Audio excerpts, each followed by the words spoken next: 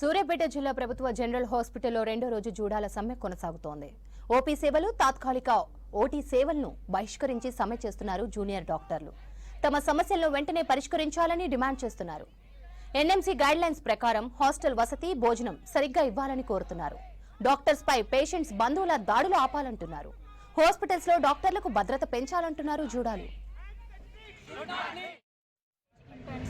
ఇక్కడ ఎందుకు స్ట్రైక్ చేస్తున్నామంటే మాకు రెగ్యులర్గా స్టైఫండ్ రావట్లేదు, ఇంకా మాకు సెక్యూరిటీ ఉండట్లేదు, ట్రాన్స్పోర్టేషన్ కూడా చాలా ఇబ్బంది అవుతుంది. పిహెచ్సికి వెళ్ళాలంటే కూడా చాలా ఇబ్బంది అనిపిస్తుంది వెళ్ళడానికి.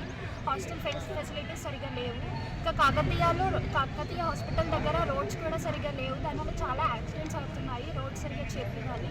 ఇంకా ఉస్మానియా దగ్గర కొత్త బిల్డింగ్ కన్స్ట్రక్ట్ చేయాలి. ఏపీ వాళ్ళకి 15% రిజర్వేషన్ ఉంటుంది, అది కూడా తీపివ్వాలి.